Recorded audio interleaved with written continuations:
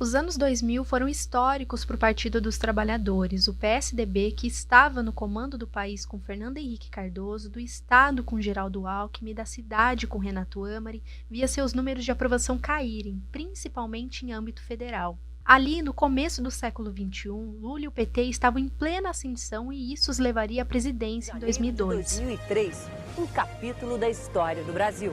A capital federal consagra um novo presidente de 170 milhões de cidadãos. O ex-metalúrgico Luiz Inácio Lula da Silva é festejado a caminho do Congresso, onde faz o juramento à Constituição e discursa pela primeira vez como presidente da República.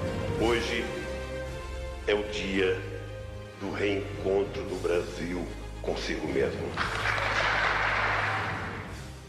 Segundo o maior partido em número de filiados do país, o PT sempre teve a bandeira de defender os interesses do trabalhador e unificar essa massa mais à esquerda no espectro político. Se nos adiantarmos um pouco na história, podemos dizer que o partido conseguiu atingir seu objetivo.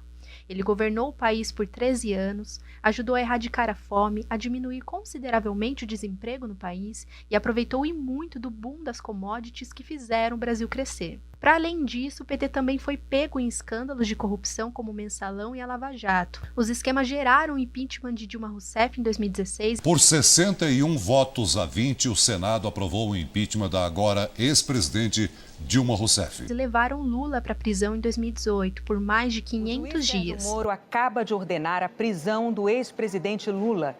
Fora do comando do Brasil desde 2016, o partido segue como a maior força de centro-esquerda que temos. Mas o nosso foco são os anos de glória do PT. Ainda em 2000, naquelas eleições municipais, o partido elegeu 187 prefeitos em todo o país, o maior número registrado até então, além de 2.485 vereadores. Em Sorocaba, Renato Amari foi o primeiro prefeito a se beneficiar da reeleição e ganhou ainda em primeiro turno. Já no Legislativo, o Partido dos Trabalhadores conseguiu eleger sua maior bancada na história, contando com 4 vereadores: Antônio Pereira, Gabriel Bittencourt, Raul Marcelo e a outra única mulher já eleita pelo partido além de Yara Bernardi, a Tânia Bacelli. Tânia é professora, a primeira mulher a concorrer como vice-prefeita na história de Sorocaba no ano de 1992 e atuou por 2 mandatos na Câmara. Ativa até hoje em manifestações e movimentos sociais da cidade, ela é a biografada do episódio 7 do Elas no Poder, podcast que busca contar a história das mulheres eleitas em Sorocaba. Eu sou Carol Fernandes e volto já. A bancada feminina é pequena, a representação... Com essa crise somos nós, as mulheres. Nós só podemos agradecer porque vocês continuam construindo a sociedade que Salvadora Lopes fez por lutar. Fui insultada, alijada dos meus direitos de vice-prefeita em exercer plenamente o meu mandato. Gostaria de cumprimentar todas as mulheres aqui presentes, que neste ato estamos inaugurando mais um marco para Sorocaba. Tânia Bacelli nasceu no dia 5 de novembro de 1949, na cidade de Sorocaba. Ela é a única filha de Floripola de Moraes Bacelli e de Armando Bacelli, ferroviário e jornalista que dá nome ao Centro Esportivo da Vila Gabriel e a uma rua na Vila Terron, zona norte de Sorocaba. Durante boa parte de sua vida, Tânia viveu na rua Jerônimo Rosa, no bairro Vila Santana. Quase todas as mulheres de sua família eram operárias de fábricas de tecido e os homens ferroviários. Por isso, sempre se emocionou com a história de Salvadora Lopes, primeira biografada deste podcast, pois acredita que tem tudo a ver com as mulheres de sua família. Seu pai era autodidata e, além do trabalho, se dedicou a organizar campeonatos de futebol de várzea em Sorocaba. Durante os jogos, ele atuava inclusive como locutor. Armando Bacelli foi também sindicalista e sua luta em prol dos trabalhadores influenciou muito a formação política de Tânia. E sobre isso, ela lembra de uma história em particular. Uma vez, dirigindo como professora, propondo que os meus colegas entrassem em greve, na época do Maluf, vão parar. Eu comecei a propor para os colegas. Um funcionário passou e voltou. Ele disse: você, por acaso, tem parente com o Bacelli? Qual Bacelli? Eu falei: meu pai, Armando Bacelli. Ele falou: eu vi o seu pai falando, fazendo discurso agora. Então, é do meu pai e é da minha mãe, como pessoas envolvidas na sociedade sorocabana. Pobres, trabalhadores e meu pai sindicalista, aquilo, claro, fez parte da minha vida e da minha veia. Infelizmente, eu não tenho a capacidade de oratória que meu pai tinha. O Geraldo Bonadio, e ele era jornalista na época, no Diário de Sorocaba. E ele que falou que ele tinha sido designado para acompanhar uma reunião do sindicato, em que o sindicato dos ferroviários aqui na Sorocabana estava propondo paralisação da ferrovia toda. E particularmente Sorocaba era a oficina. As oficinas de Sorocaba que eram a grande força e que poderia ser cortada. Então, o secretário-geral chegou para fazer a proposta de paralisação.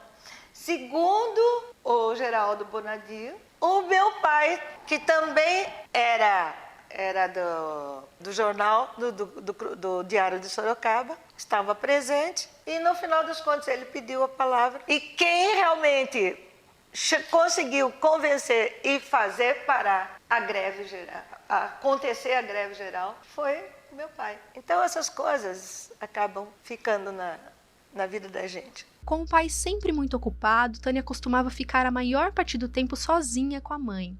Desde pequena, nunca gostou de tarefas domésticas e por isso se desenvolveu muito mais com a leitura. Lia com muita frequência porque para ela isso permitia que se comunicasse com o mundo e pensava que seria mais respeitada. Até que a paixão pela leitura levou ao ensino superior. Em 1971, aos 22 anos de idade, Tânia se formou em História na então Faculdade de Filosofia, Ciências e Letras de Sorocaba, que atualmente recebe o nome de Uniso. Recém-formada e em plena ditadura militar, não demorou muito até que Tânia participasse de uma greve em defesa de seus direitos como profissional. Para mim, entrar em greve era uma questão de defender não só o meu salário, defender também não só a minha categoria, defender principalmente aquilo que era um valor social, que é a escola pública. Não me importava. Alguns amigos diziam assim, não, Tânia, você vai entrar, eles vão cortar salário. E se você... Porque a primeira vez que eu entrei em greve era a ditadura, estava na ditadura militar. Só 3 companheiros entraram em greve, lá no Isidoro Marins, da época. Eu era jovem ainda, bem muito jovem. Quando eu avisei ao meu diretor, professor, a partir de amanhã estou em greve. Ele falou, não, professora, não faça isso. Você acabou de passar num concurso, mas ainda não está referendada. A senhora pode perder o concurso como professora. Está muito bem, muito obrigada, diretor. Gosto muito do senhor. Quando eu retornar, a gente se cumprimenta. Após a primeira greve, Tânia decidiu entrar para o Sindicato dos Professores do Ensino Oficial do Estado de São Paulo, a POESP. Lá ela se tornou uma das diretoras locais, coordenou greves e atualmente está como conselheira. Foi em meio às mobilizações, inclusive, que ela conheceu a professora e atual vereadora Yara Bernardi, biografada do 2º episódio do Elas no Poder. E a participação no sindicato levou Tânia até o Partido dos Trabalhadores, assim como Yara. Por que a senhora escolheu o PT? Identificação com as propostas de igualdade, inclusive defesa do feminismo dentro de partidos. Porque a maior parte dos partidos estão usando as mulheres somente como plataforma de venda. Igual, sabe, põe-se uma mulher mais bonita, mais interessante, mas para vender o homem. Então, nós mulheres temos que ser muito, muito conscientes do porquê o que nós queremos ao entrar na política. É compreender que realmente vai ter que ter muito diálogo e muita resistência, porque a força do sistema está principalmente nas mãos masculinas, controle masculino. Esse fator, eu acredito que é uma das coisas que mais tem dificultado que as mulheres participem da política. Porque para compreender a política, você tem que estar dentro, você tem que participar. E não precisa ser candidato. Você tem que começar a discutir política, se informando do que está acontecendo no país, as diversas posições. Aí, por que eu entrei no PT? Porque no PT eu encontrei a defesa dos trabalhadores. A estreia de Tânia como candidata do PT a um cargo político aconteceu em 1992, como mencionamos no início deste episódio. Na época, a candidatura conquistou uma visibilidade que preocupou os adversários do então Partido do Movimento Democrático Brasileiro, PMDB. Aí, em 92, na campanha de 92, eu saí como candidata a vice, junto com o Hamilton Pereira, pelo PT, e foi um grande movimento, maravilhoso. O governador chegou a vir aqui porque estava para perder o controle aqui em Sorocaba. Foi um grande movimento do PT. O Fleury veio para cá distribuir cestas básicas para a periferia. Eu fui a primeira vez que teve uma vice, já teve pela primeira vez a televisão, e foi a primeira vez que passei por essa experiência de ser a primeira mulher candidata a vice-prefeita do Partido dos Trabalhadores. E nós fomos para o segundo turno. E foi aí que o governador veio distribuir cestas básicas e dinheiro. Aí entrou o Paulo Mendes.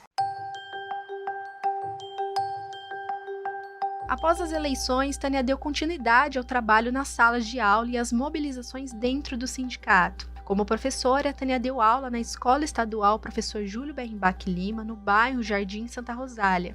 Lá ela permaneceu até 1998, quando se aposentou do cargo. Por tantos anos na mesma instituição, ela afirma que sente paixão pelo Berrimbach. Mas não demorou muito até que a oportunidade que tanto sonhava acontecesse. Fiquei aposentada 4 meses. E, de repente, caminhando, encontrei uma amiga, o amigo falou, parabéns. Parabéns do quê? Por quê? Não estou fazendo aniversário. Saiu finalmente a aprovação do concurso de diretores. Você está muito bem classificada. Falei, nossa, nem me lembro mais, porque levaram 5 anos para sair os resultados dos exames. E eu já tinha colocado isso fora da minha vida, da minha cabeça. Então, eu falei, deixa eu dar uma olhada. Descobri que, de fato, eu tinha sido aprovada, poderia escolher uma série de escolas. Eu falei, não, eu não quero ir para o centro da cidade, eu quero ir onde tiver verde. E fui para o Éden. Então, em junho de 98, eu me tornei diretora da Escola Estadual, professor Dr. Gilberto Moreira, no Éden. E de lá, eu me aposentei em fevereiro de 2017.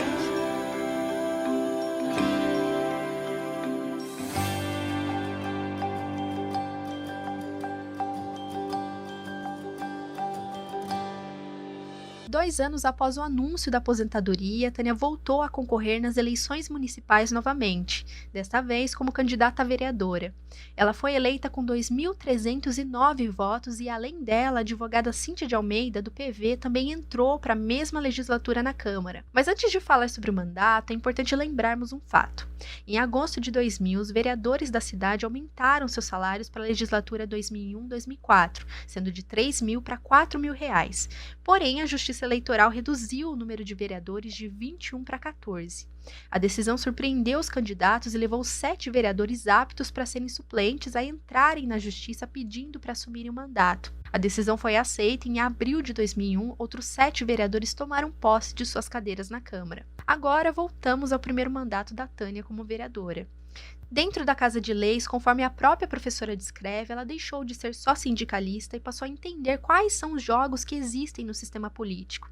E isso fez dela uma pessoa mais competente. A Yara costumava dizer, ela na época estava como deputada federal, ela falou, política é sempre divertida. E eu repetia isso igual um papagaio.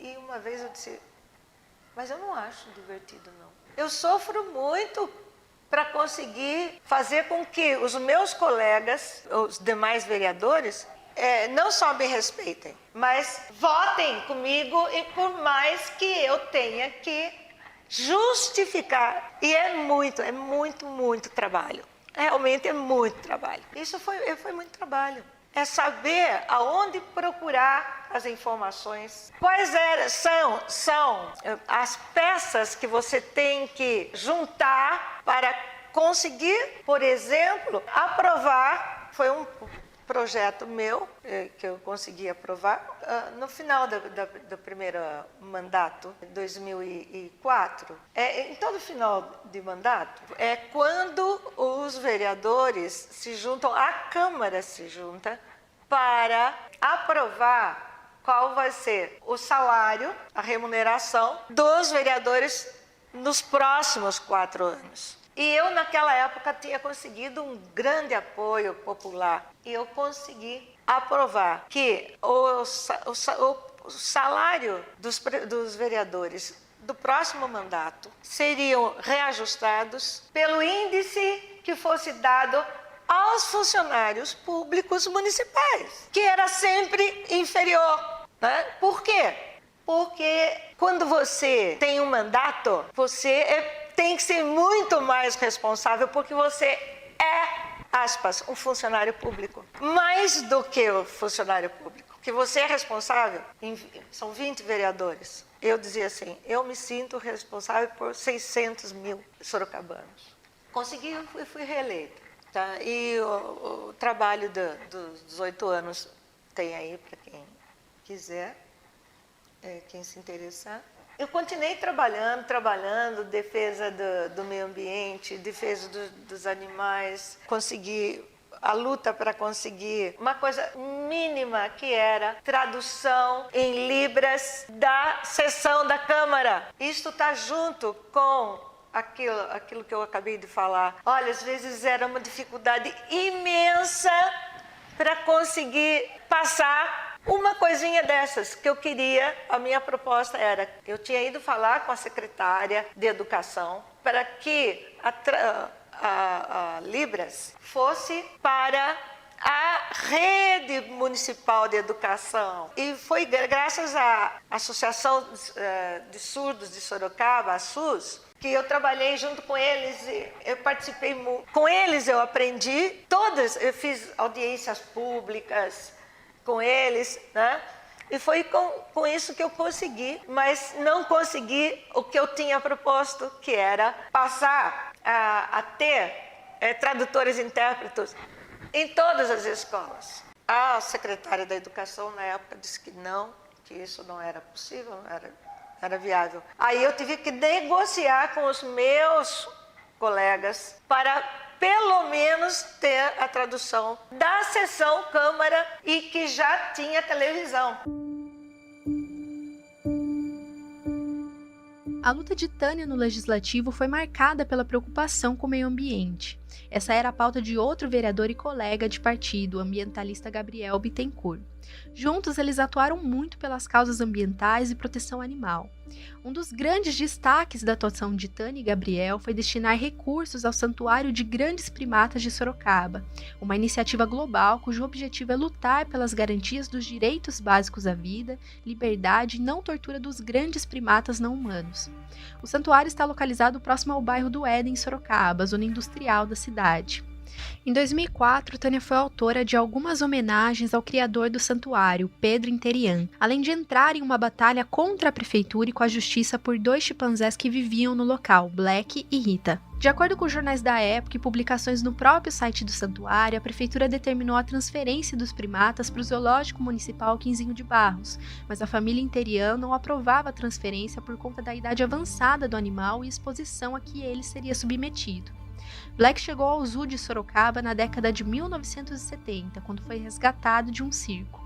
Na época, o prefeito Renato Amari chegou a declarar ao jornal Cruzeiro do Sul sobre a situação envolvendo os primatas. Só em Sorocaba mesmo, os chimpanzés pensam e escolhem onde desejam ficar. Tânia rebateu a fala do prefeito dizendo: O senhor Amari deveria se informar melhor sobre os temas que não são do seu domínio antes de proferir suas costumeiras frases impensadas. Afinal, a importância do cargo de prefeito de uma cidade como Sorocaba merece tal postura. Os requerimentos da Câmara feitos por Tânia não foram adiante e o chimpanzé foi transferido para o zoo. Anos mais tarde, em 2019, ele seria alvo novamente de uma batalha judicial solicitando sua transferência, dessa vez de volta ao santuário. Ele foi transferido por determinação do Tribunal de Justiça de São Paulo, ficando no recinto por 2 anos, até morrer em fevereiro de 2021, aos 50 anos de idade. Morreu nesse fim de semana o chimpanzé Black. Ele vivia no Santuário de Grandes Primatas em Sorocaba, no interior de São Paulo, e ficou conhecido na década de 70, quando foi resgatado de um circo onde sofria maus tratos.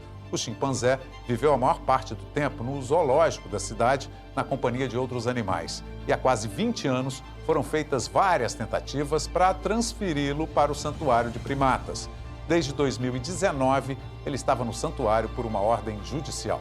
Com a idade estimada em 50 anos, Black apresentou sinais de apatia na última semana e morreu de parada cardiorrespiratória.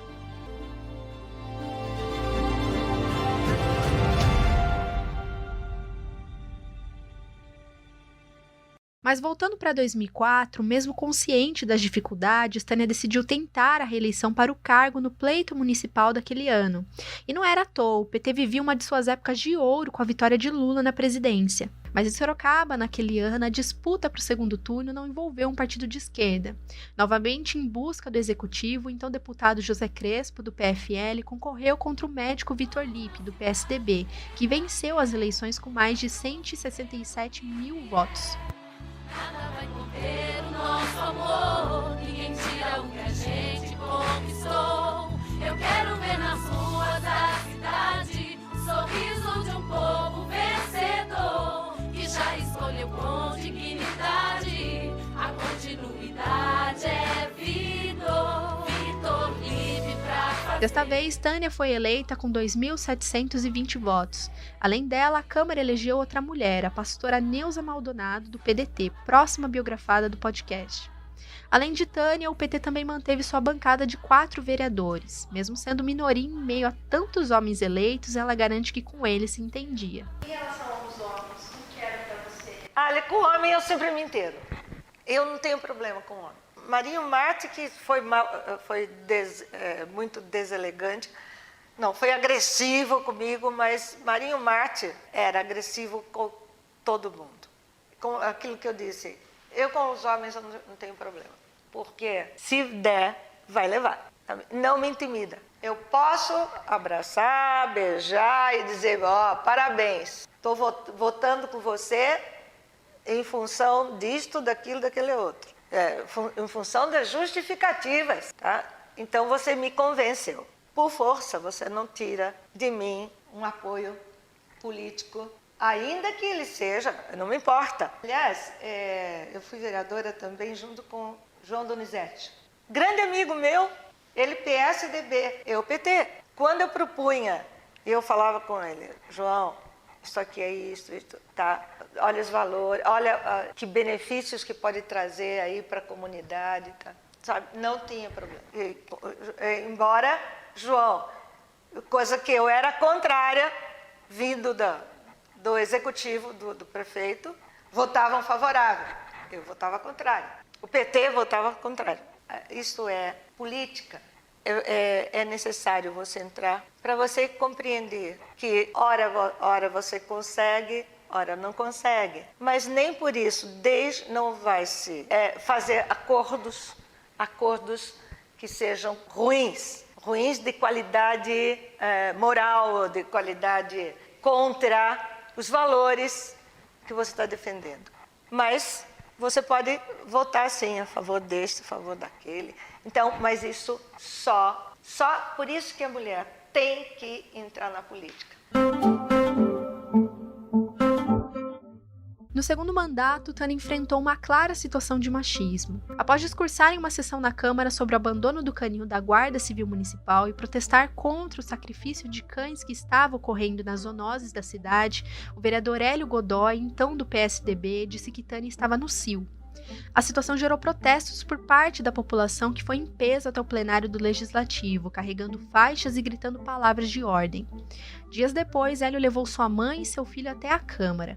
Eles foram na tribuna e pediram desculpas públicas à colega petista. Foi um ato dito sem pensar. A parlamentar não aceitou as desculpas, dizendo que a ofensa do colega ultrapassa os limites da ofensa pessoal. Neuza Maldonado, a outra única mulher presente na Câmara naquela legislatura, saiu em defesa de Tânia. Ela disse: "Eu lamento muito. No Dia da Mulher, o vereador Hélio Godoy nos presenteou com flores. E agora, com espinhos." Por conta de toda a situação, a Câmara formou uma comissão para avaliar o caso como suposta quebra de decoro. Fizeram parte da comissão os vereadores Marinho Marte, do PPS, Carlos César, do PTB e Júlio César, do PDT. Os trabalhos do grupo poderiam impor algumas penas ao parlamentar do PSDB, desde advertência verbal e escrita até cassação do mandato. 21 dias depois, o resultado dessa comissão determinou uma censura verbal e escrita ao vereador Hélio Godoy e uma sessão de desagravo à Tânia, que é basicamente o direito de Tânia responder publicamente à ofensa sofrida, como reparação. Ao jornal Cruzeiro do Sul, Godoy disse: "Aproveitaram a situação para me perseguir politicamente." Já Tânia declarou estar satisfeita com o resultado. "Estou plenamente de acordo com a lisura dos trabalhos, a imparcialidade e o encaminhamento dado com o relatório. De agora em diante, fica muito claro que a pessoa que é portadora de mandato, ao invés de ter privilégios, ela tem muito mais responsabilidade de seus atos e palavras, porque representa milhares de pessoas. É preciso deixar claro que esse tipo de atitude sai da relação pessoal e entra na institucional." Foi também no segundo mandato, em maio de 2006, que Tânia foi autora do projeto de lei que criou o título de Mulher Cidadã Salvadora Lopes, uma homenagem à líder operária com quem ela se identificava. Salvadora era viva quando foi criado o título, mas de acordo com relatos da própria família e contados no episódio sobre ela, a saúde já não estava tão boa e ela não pôde comparecer na sessão que instituiu o prêmio.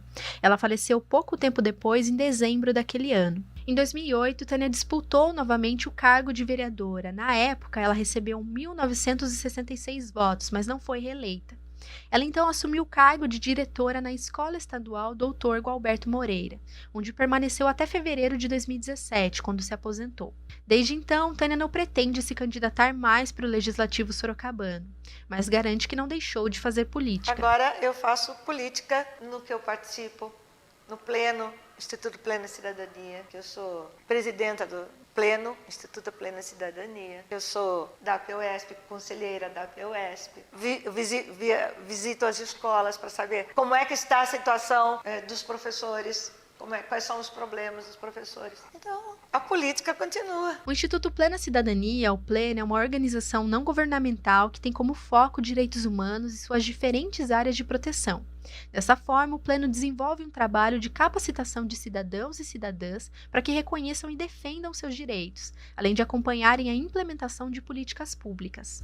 O Instituto Pleno, agora com essa pandemia, tudo ficou assim, na internet. Então, o Instituto, uma das atividades que eu fazia como vereadora era lutar pela defesa das mulheres, para garantir a segurança das mulheres. E numa destas eu fui para Brasília como vereadora, teve governo Lula, teve grandes mobilizações das mulheres do Brasil inteiro. E lá eu encontrei uma moça, uma conselheira lá do Nordeste, falou do curso de promotoras legais populares, que tinha um curso de orientação sobre direitos e aonde as mulheres procurarem a defesa dos seus direitos, tanto o direito familiar, quanto a sua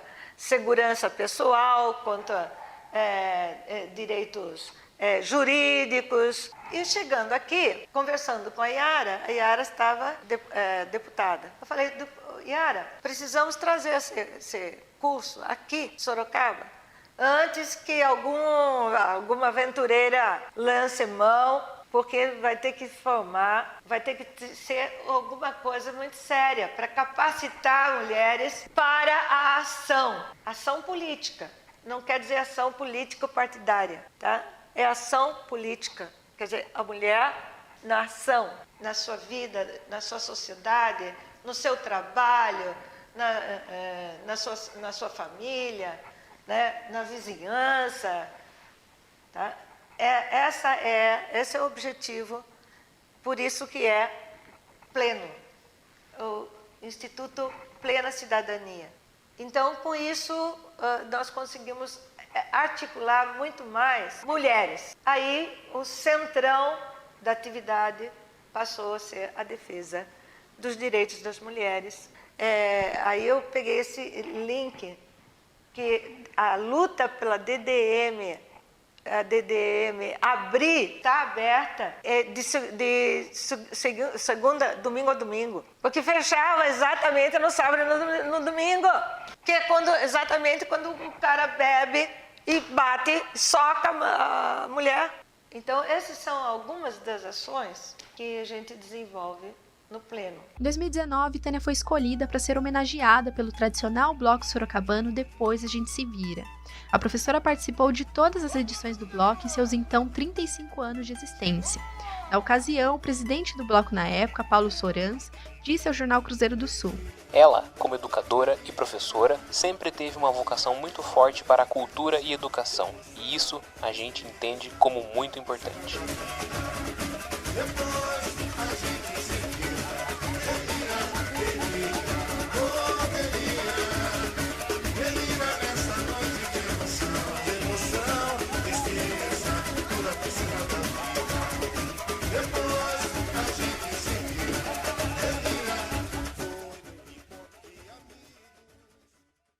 Ao nos receber em sua casa em uma noite de verão intenso, em fevereiro deste ano, Tânia preparou diversos documentos para que pudéssemos entender sua passagem pelo Legislativo. Ela nos leva até a área de serviço, na qual guarda todos os documentos de sua trajetória como vereadora, em um armário trancado. Quando ela nos conta que, após o mandato, os deixou lá, sem olhar sequer uma vez, até o dia em que fomos à sua casa.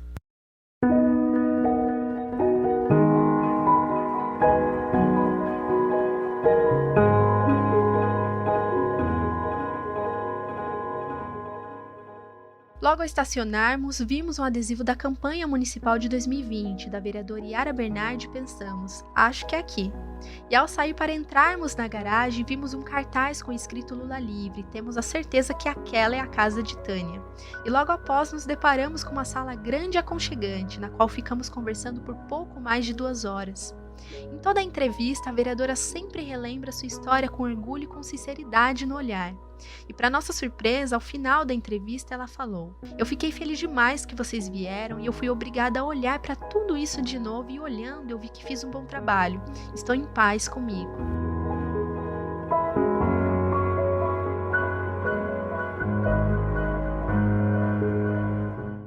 Para Tânia, sua jornada efetiva dentro da política chegou ao fim. Ela continua atuando na política, mas por outros meios. Para ela, os jovens são e devem ser o futuro da política no Brasil, principalmente as mulheres. Mas enfim, o que tem está aqui. O que sobrou sou eu. Eu estou contente comigo. Aliás, eu tenho que agradecer de novo vocês. Se não fossem vocês para virem aqui, eu não teria rebobinado. E olha, quer saber uma coisa? Eu vali muito a pena. Você começar a ver tudo que eu fiz nesses 8 anos, não é à toa que eu encontro gente ainda na rua de Santa Antônia, você tem que voltar para a política, tem que se candidatar. Eu falo, não precisa, não precisa. Tem muita juventude aí fervendo. Vamos que vamos. É só dar apoio. Vão trazer outra visão e outra proposta e novos avanços. Então, pelo amor de Deus, crianças, não se acomodem. Não se acomodem.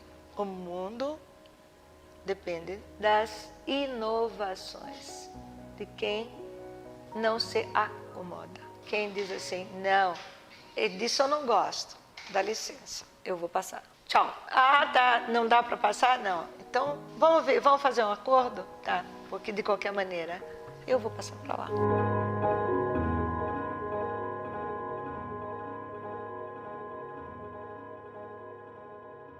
Elas no Poder é uma produção da Ponta MP3. Se você ficou curioso para saber um pouco mais da história, tem muito conteúdo extra no nosso site, pontamp3podcast.com.br/elas-no-poder.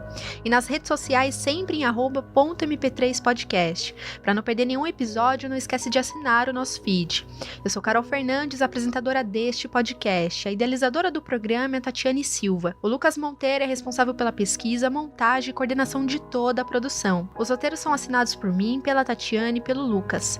A nossa estratégia digital também é feita pela Tatiane Silva. A nossa identidade visual foi criada pelo Derek Lambert e pela Daniela Ferreira. Foram usados neste programa áudios da Globo, Record TV, Bora Filmes, TV Brasil e Barão de Pirapora. Obrigada e até semana que vem.